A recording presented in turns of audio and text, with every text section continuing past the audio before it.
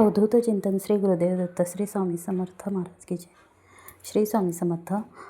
जर तुम्हाला एक दिवसाचं गुरुचरित्र पारायण जर करायचं असेल तर तुम्ही दत्त जयंतीच्या आदल्या दिवशी किंवा त्या दिवशी जर करायचं असेल तर पहाटे तुम्हाला 4 वाजता पारायण करण्यासाठी बसायला हवं आणि पहाटे 4 ते संध्याकाळी 4पर्यंत तुम्ही पारायणाला बसू शकता. पण तुम्ही मोठी पोथी नाही वाचू शकत. गुरुचरित्राची मोठी पोथी 1 ते 53 अध्यायाचे न वाचता तुम्ही संक्षिप्त गुरुचरित्र पारायण करू शकता किंवा गुरुचरित्र कथासार म्हणून पण जे अध्याय आहे त्याचं पण पठण तुम्ही करू शकता. कारण हा अध्याय किंवा हे पोते खूप मोठे असल्यामुळे तुम्हाला वाचण्यासाठी एक दिवस पूर्ण बसता येणार नाही आणि जास्त वेळ आपण एका ठिकाणी बसू पण शकत नाही. त्यामुळे संक्षिप्त गुरुचरित्र जर वाचायला तुम्ही घेतलं तर त्यातले 7 अध्याय असतात ते आपण व्यवस्थित वाचू पण शकतो आणि ते 1-2-3 तासामध्ये पूर्ण पण होऊ शकतात.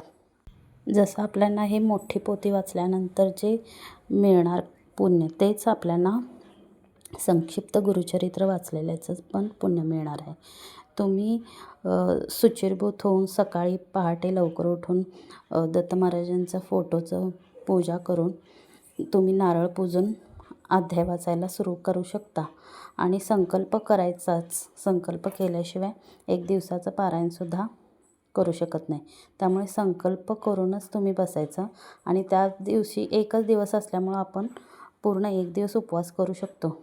संक्षिप्त गुरुचरित्र पारायण करताना पण नियम तेच असणार आहेत. आदल्या दिवशी श्वानांना चपाती पारायण करायला बसणार म्हणून आपण कांदा लसूण वगैरे काहीही खायचं नाही आणि पारायण काळात कोणाच्याही घरी काहीही खायचं नाही आणि पारायणात वाचत असताना किंवा पारायणाला बसलेलं असताना गोमूत्र शिंपडूनच आपण बसायचं आहे.